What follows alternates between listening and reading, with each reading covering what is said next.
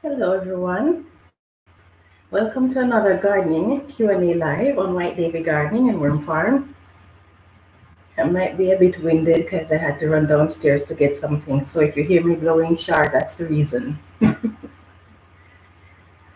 So today's topic we're going to be discussing plant nutrients and some of its benefits.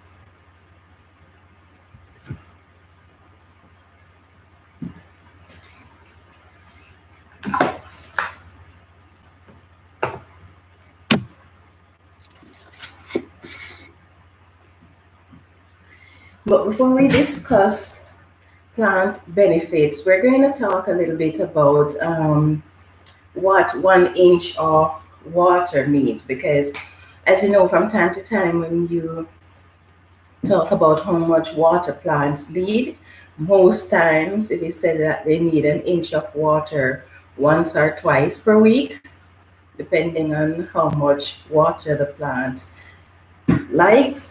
So what does 1 inch of water mean?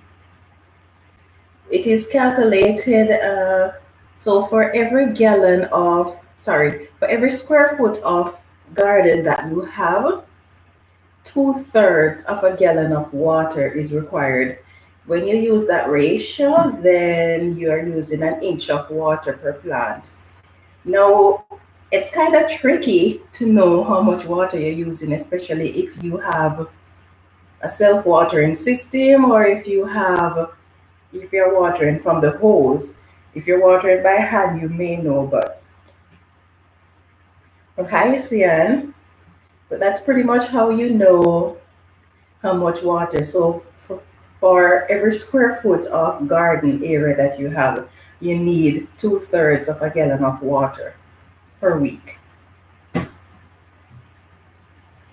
Okay, so now we're gonna be getting down into discussing the type of nutrients that your plant need and how they benefit the plant. Hi, Russell. Yes, so we're gonna start off with the all popular nitrogen.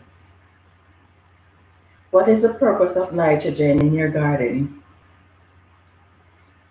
Nitrogen is a major component of chlorophyll, and as some of you may know, chlorophyll uses the energy from the sun in order to produce sugar and carbohydrates and water.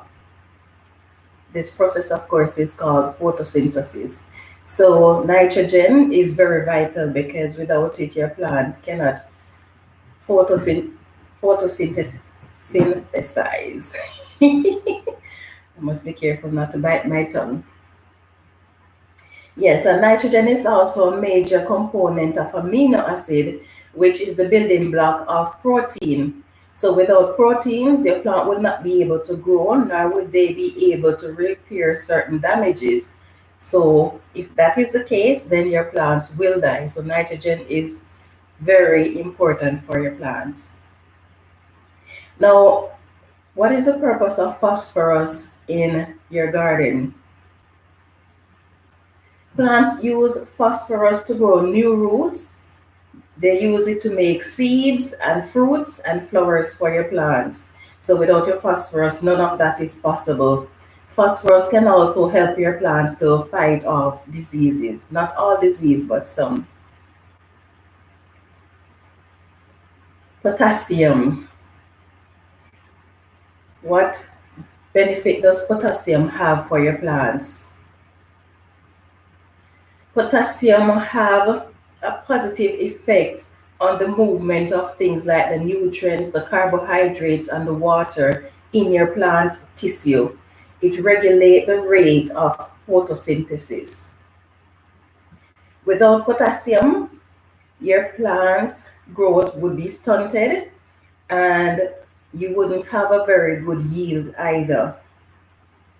Potassium helps to increase your root growth and it improves resistance to drought. It also reduces water loss and wilting. Potassium also reduces the risk of certain plant diseases and reduces respiration, thus preventing your plants from losing too much energy.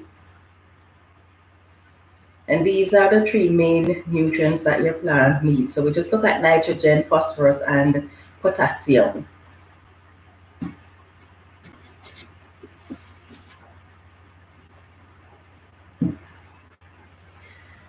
What is the importance of magnesium in your garden? I touched on this one in one of my videos, the importance of magnesium. So the magnesium is vital for plant growth and health.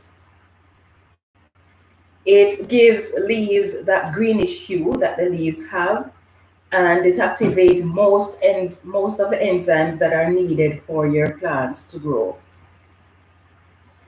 Magnesium, however, is water soluble, and so it will be washed away by rain or heavy watering. The same is the case with nitrogen. So after every shower, your nitrogen and your magnesium need to be topped up. Now we're going to be talking about the primary type of nutrients that your plant need. What are they? Oh, hi, AJ. Hello, worm farmer friend. I'm getting ready to eat dinner. I will stay on to increase your watch time. Oh, thank you. That's pretty kind of you. Yeah, I just finished preparing dinner as well, but the rest of the family is eating. I'm doing the live. Yeah. So the primary nutrients that your plants need are the ones that I just mentioned. Your NPK. You're welcome. Okay. Yes, your NPK, so your nitrogen, your phosphorus, and your potassium, these are considered your primary nutrients that your plants need.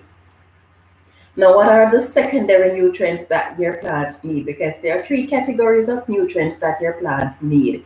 So the first one we look at is the primary nutrients, which is the potassium, phosphorus, and nitrogen. So the secondary nutrients that your plant need, these are the calcium, the magnesium, and the sulfur. Then there is the third category, which are called the trace minerals or the micronutrients. And these include things like boron, manganese. Notice I didn't say magnesium, I said manganese, chlorine, zinc, molybdenum, copper, iron, and zinc.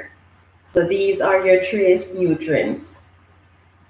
Now, why are nitrogen, potassium, and phosphorus considered to be primary or macronutrients? This is because they are needed in large amounts and the plants cannot survive without them. The secondary nutrients are usually needed in moderate amount compared to the primary nutrients. So the primary nutrients the plants definitely cannot do without.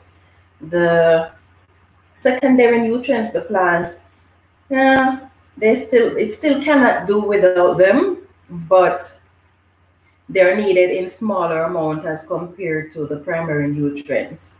Now for your trace nutrients or your micronutrients, these are needed in very small amount when compared to the primary and secondary nutrients. So I'm going to go over that again. Your primary nutrients are things like your nitrogen, phosphorus, and potassium. Your secondary nutrients are your magnesium, your calcium, and your sulfur.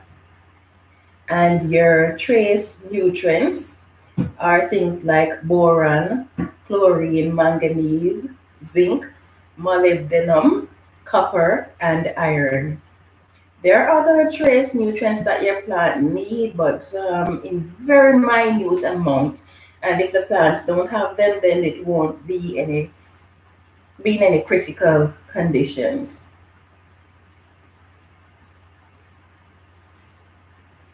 Now let's talk about some common common plants that love nitrogen. Things like your okra, your corns, your tomatoes, your peppers, your cucumbers, your squash, your pole beans, and your muskmelon, these love nitrogen. Of course, too much of anything can be harmful, so you don't want to overfeed your plants, and especially where nitrogen is concerned, it increases the foliage of your plants. So if you are going to be having a lot of nitrogen for plants that produces a lot of fruits, then you might have a problem if you give them too much nitrogen, because you will end up with more foliage and less fruits. And so you want to be moderate with your use of these new of nitrogen. And pruning is also important if you find that you have a lot of foliage on your plants. For greens and stuff like that, then it is fine. But when it comes to fruit bearing plants, you want to make sure that you have just enough leaves to provide the nutrients that your fruits are going to need, but not more than that. Now, what are some common plants that loves phosphorus?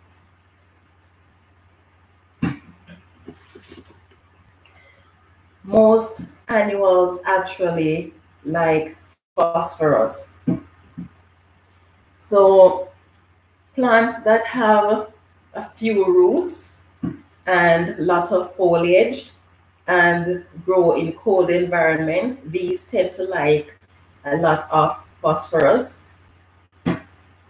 And phosphorus also, some of these include things like your lettuce and your legumes, but pretty much any annual crop will like a reasonable amount of phosphorus.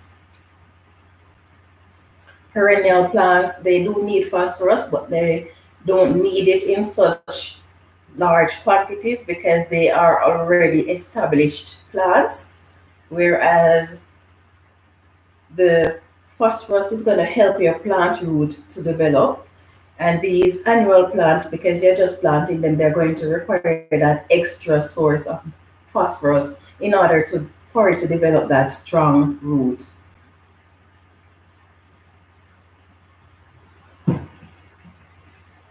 Now, what plants loves potassium?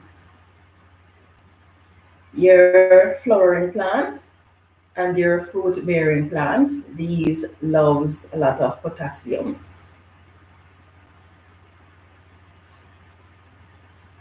Some of these plants that loves potassium, there are things like your peppers, your tomatoes, your squash, your zucchini, your corn, even your flower garden. So the things that are your leafy greens, they don't require as much of the potassium as any of your plants that's going to be producing fruits and flowers. Now, what are some nitrogen fixing plants? So you know a lot of your plants will take the nitrogen from your soil, and there are some plants that you can grow in order to help replace some of these nitrogen. So what are some of the plants that you can actually grow to replace your nitrogen? And does any of you actually plant plants just to replace nitrogen? I've never really tried that. I've never really tried planting just to replace nitrogen in the soil. I did that last year, but I was unsuccessful because those creatures, the cutworms, got to all of my beans. Yeah, so it didn't work. I tried to grow the beans with the corns, but the cutworms got to it. Yes, so using nitrogen are things like your pigeon peas, your alfalfa, your clover, your cover crops, your snap peas, your soybean, your sweet peas, peanuts, and comfrey. Of course, there are other plants that are good at replacing nitrogen in your soil, but these are some of the more popular ones.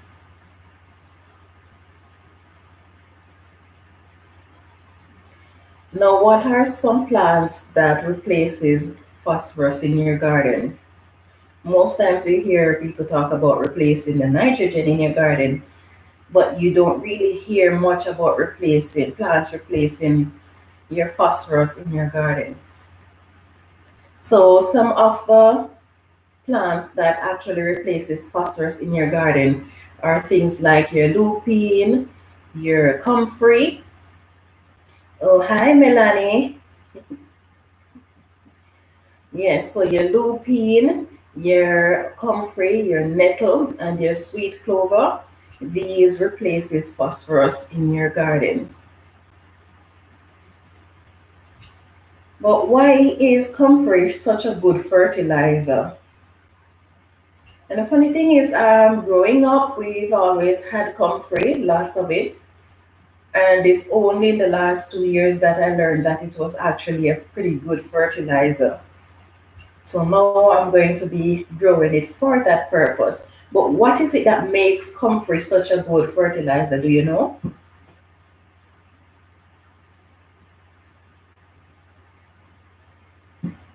Comfrey has deep and a large root system.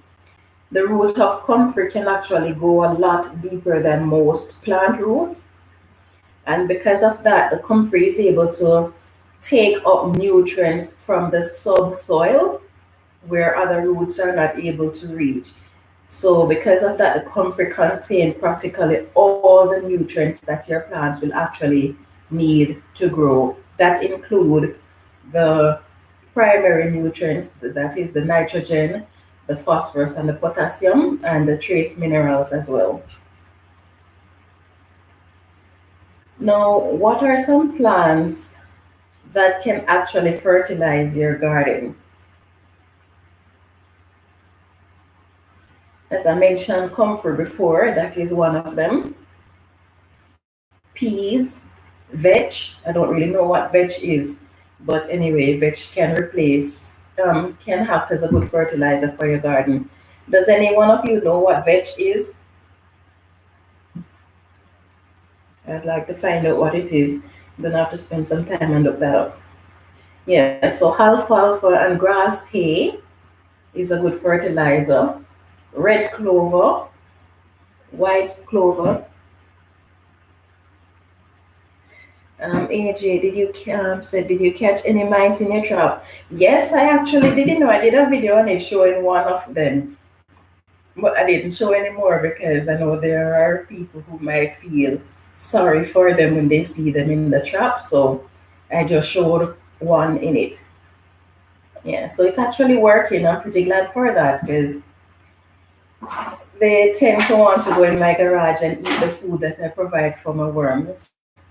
I started some the extraction process for my worms using container and some food scraps, some containers that are covered with holes in it so the worms can go in. And when I went into the garage Thursday, because I did that was a Thursday? Yes, today's Monday, so Thursday. So when I did that last week, Monday, and when I went into the garage Thursday and I was looking after my worms, I could see where there were holes in the worm castings, like the mice are actually trying to get to the food scraps. So I'm pretty happy that the trap is working. But because I put the food scraps into the worm bin, so what I find happening is that they're no longer looking at the trap. They're going towards the worm bin. But it does work. Yes. Yes. So we were looking at some plants that fertilize your garden. They're a good fertilizer. So your comfrey, peas, veg, alfalfa, red clover, white clover, cereal rye, crimson clover, nettle, buckwheat, oats, and Sudan grass. These are good fertilizer your for your garden. So these you can use them to make a compost tea, or if you have a lot of it, then you can actually just shred it and put it in your garden like you would with your grass clippings. If you're making the compost, using these to make compost tea, then it is a good idea to aerate it, whether you're going to be using a pump to aerate it or you're going to be cut out so let me with other things. So I have to try and get as many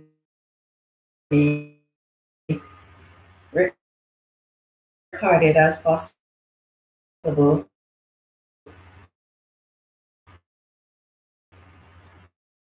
so that I don't fall behind. I know it can be disappointing when you're accustomed to getting your regular video. All of a sudden, they're not there. When that happens for people who are so for you came a bit late, we were looking at plant nutrients and phosphorus,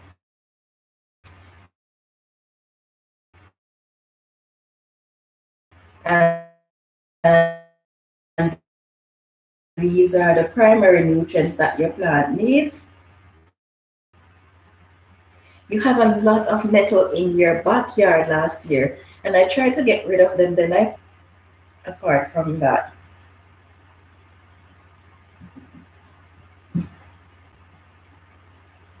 yeah, let me know if they're invasive because it is something that I would like to grow, but I don't want to put them in my garden if they're invasive. I'd rather put them in containers, large containers, so I can have a good amount of them. Yeah, so as I was saying, yes, so we looked at NPK being the primary nutrients that your plants are going to need, and then we talk about the secondary nutrients that your plants need, which are the calcium, the magnesium, and the sulfur. And then we looked at the micronutrients or the trace nutrients. These include things like the manganese, the boron, the zinc, the copper, and stuff like that. Yes. We also looked at why these primary nutrients are so important, and we looked at the fact that the nitrogen is good for it helps with the photosynthesis, and it is a major component of chlorophyll, and without chlorophyll the plant would not have that green leaf, neither would it be able to carry out the photosynthesis. And we look at the phosphorus, and we say that it is good for the root growth, and it also helps with preventing diseases, some plants disease and stuff like that. And we looked at the potassium, which is also beneficial for the growth of your plants and for produce your plants to produce fruits and stuff like that. So these are the things that we were discussing before you came online. Yes, so I have covered all of the points that I wanted to discuss for today. Let's see.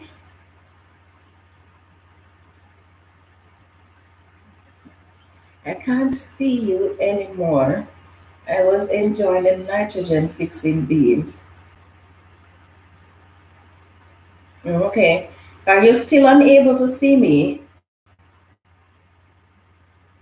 Yeah, my internet cut out for a bit there, but it reconnected. So I don't know. Are you still able to see me or hear me?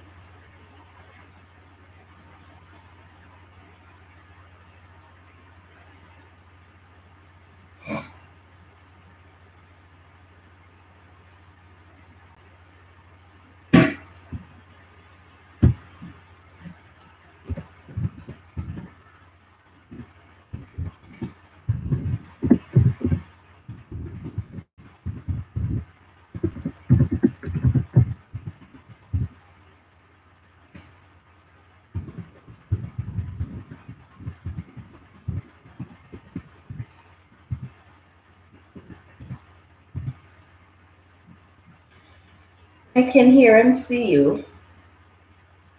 If you are able to see or hear me. Okay. Okay, all right. Thanks. Good, good, good. Okay. So did you miss any portion of the discussion then? And if so, let me know what you missed because I know it said it cut out, but I don't know where it cut out and what you may have missed out on. So how are your garden plannings coming along? This garden planning your garden is so much work. I've been at it from I started working on it from October and I'm still on it. Yeah, it's so much easier when you just go out and just simply plant and whatever happens, happens. But when you actually sit and plan your garden, it can be so much work. But I think it is well worth the effort because prior to now, um, I wasn't really planning my garden as in depth as I'm doing it this year because last year and all the well, last year was my worst gardening year in terms of pests, and because of that, I have to be thinking about how I'm going to do my garden this year to make sure that I don't have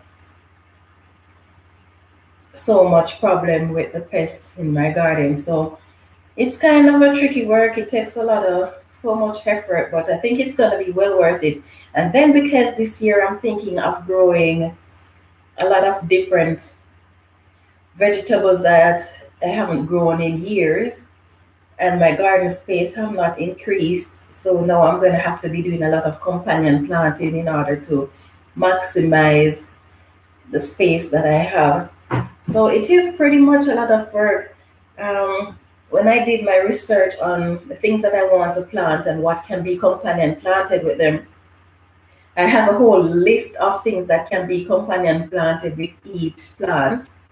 But then when it comes down to, okay, which of these am I actually going to put with that particular plant, then it gets a bit tricky because you can end up with so much of the same plant in many different locations. So it is a lot of work. I am getting there. Let's see. Melanie says, still waiting for some seeds in my mail. Yeah, me too. I ordered some. When was that?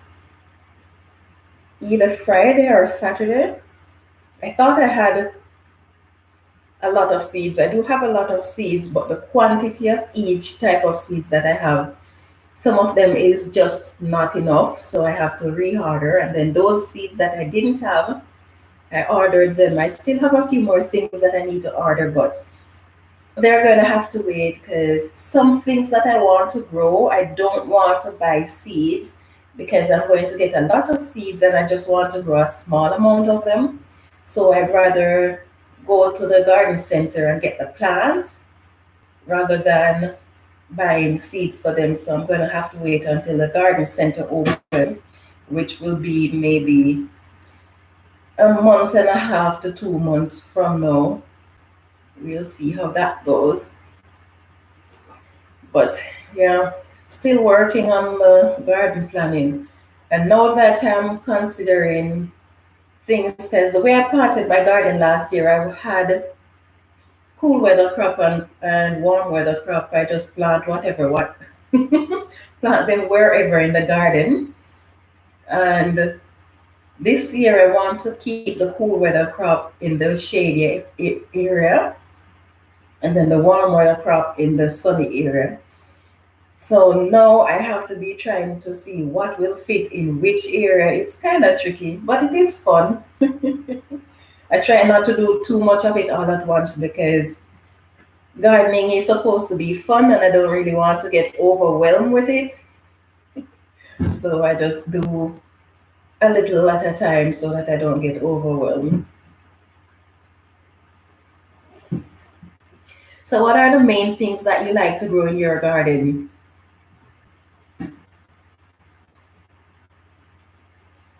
I got asked this question last week. For me, of course, corn is going to be number one. And then my tomatoes, carrots, and lettuce. I like to grow lettuce, but I try not to grow too much of it because it's hard to keep up with them, and then I can't store them for a very long time in the fridge, and they don't do so well in the freezer. So with the lettuce, I try not to grow too much of it, but I still have a wide variety of lettuce that I'm going to be growing. So let's see, and why it says kale and tomatoes. Yeah. Did you know that tomato is considered to be a superfood? It is said, I don't know how true it is, but it is said that tomato has most of the nutrients that our body needs. Yeah. So I don't know how true it is, but it is said to be a superfood. And this year, I'm definitely looking forward to growing the sweet potato. But something crossed my mind over the weekend. I was thinking about my sweet potatoes. Sweet potatoes don't grow very well in our region because we only have a short growing season. And the sweet potatoes that I have growing come directly from Jamaica. So I'm thinking, will that be a problem growing it here in Saskatchewan because Jamaica is hot and that sweet pepper is used to that kind of climate. So if I grow it here, even if I start it early indoors, will I get a good produce from it, given that it is not one that has the hardiness for our region? It will be interesting to see what happens with that. Really want to see what happened with that. And I'm thinking now that maybe I should get some of the Canadian variety so that at least I can have some sweet potatoes. But the sweet potatoes that I get at the store here, especially the orange color one, the one with the orange color inside, I'm not really a fan of it because it has a very high moisture content. So, and when I grow sweet potato, of course, I like to bake it and I like to boil it and eat it. But mostly, sweet potatoes for me is to make sweet potato puddings. And the sweet potato pudding for us in Jamaica is not the same thing as most people call pudding, because most people call pudding this soft jelly kind of thing that you eat from a cup. But a pudding for Jamaicans would be something like a cake, but it is much, much, much firmer than a cake. It is more like a hard dough bread. It's very hard. So sweet potatoes, that's what I'm growing it for, mostly for, to make my sweet potato puddings. The variety that we get here, it's too watery. You have to use a lot of flour and stuff. I don't really like that. I don't want a lot of flour in my pudding, so I don't really like the variety. And then when you boil it, it's just a little too soft. Let's see. I am trying a yellow belly from Jamaica, keeping my fingers crossed. Oh, those yellow bellies. And they have you have one that is kind of a coarse grain, and you have one that is a very soft grain, and it's just such a refined texture, that yellow belly sweet potato. I'd be so happy if I could get my hands on some of that. I would be very happy. But it's not easy to get. Yeah. I hope it worked out well for you, Melanie. Please let me know how it turned out. So, have you gotten the sweet potatoes yet? Have you started growing them indoors?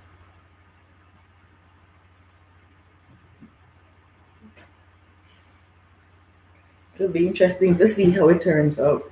But yes, we get two varieties of sweet potatoes here. Well, three varieties actually. We get that orange color one that has the high moisture content. And then we have this yellow belly one that is drier.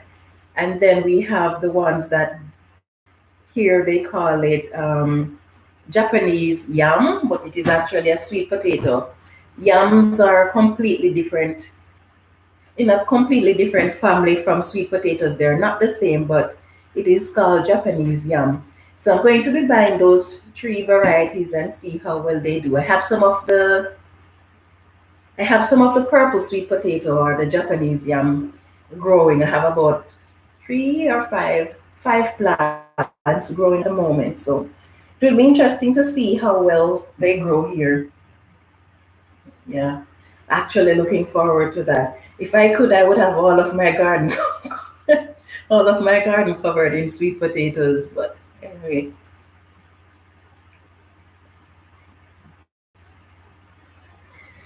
yeah. Okay. Okay. So I have covered all of the material that I wanted to discuss with you guys today. So if you have any questions or if you have any comments that you want to make, then please feel free to go do so. But if not, then I'll be terminating the live pretty soon.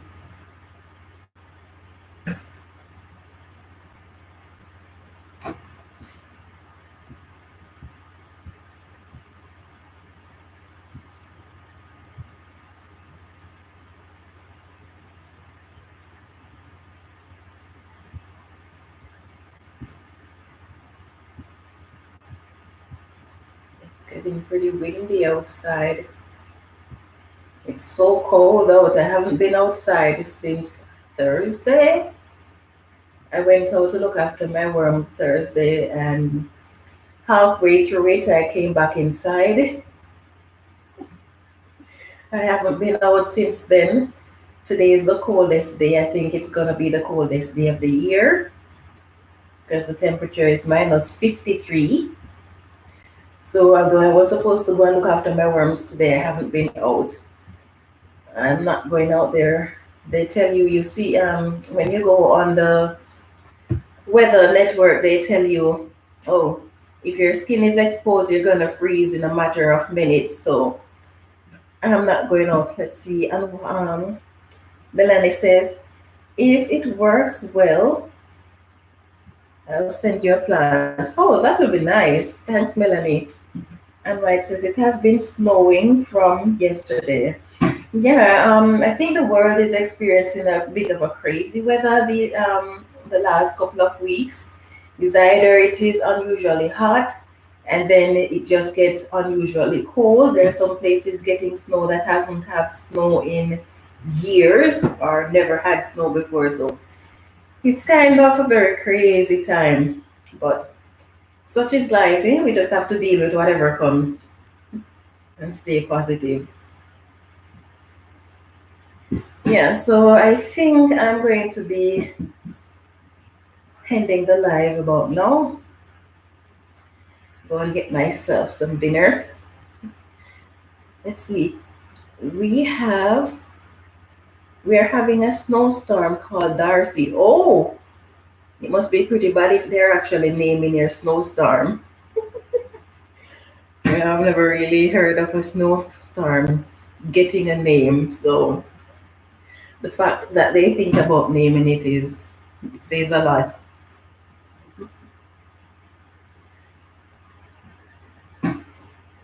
Yeah. Okay, so thank you guys. It was nice having you all on the discussion. Thank you for taking part. And I hope you all have yourself a wonderful evening and stay safe.